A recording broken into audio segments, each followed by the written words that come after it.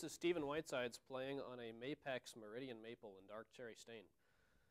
This is one of the more versatile travel or bop size kits. You probably pick a turn depending on how old you are as a player. Some people would take this kit as an excellent source to fit into a smaller car, a sports car, a Mini Cooper, and take out to a live gig, especially if you already have a really nice $5,000 drum set.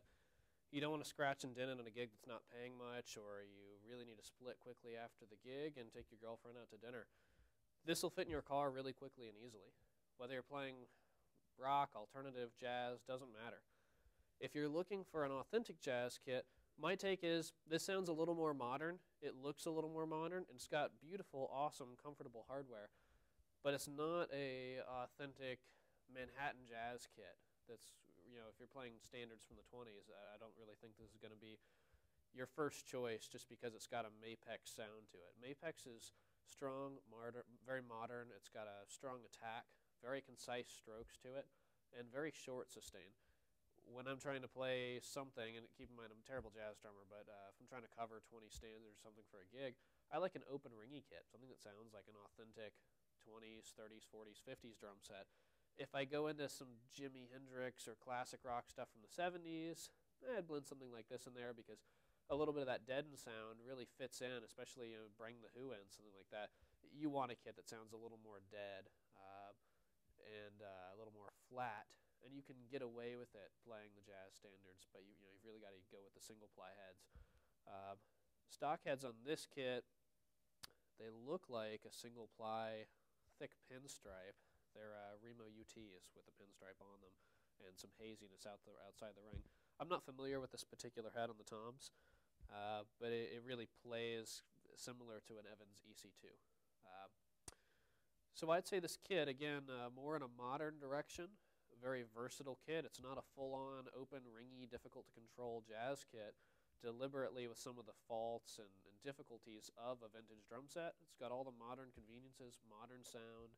It's very tight, very controllable, and very easy to play on. It's a very comfortable setup. Everything fits in nice and tight and fits in front of me, whereas other drum sets I feel like you need the bass drum closer to you based on the way it sits. Based on the proximity, you can get your tom to you. Sometimes you have to have them in close. Sometimes they're out really far away. This one's all really well within reach. I'm about 5'8". If you're a taller guy, you might want to go in the direction of Sonor because they have a taller tom arm extender in the bass. I'd say like if you're over 6'5", but if you're under 6 feet, this is an excellent, comfortable kit, again, for a cross-genre player.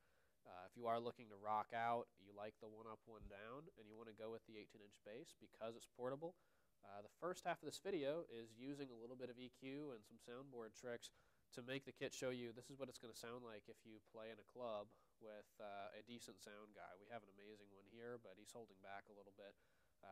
Just again to show you this is what the kit's going to sound like from behind the kit with a monitor at a club.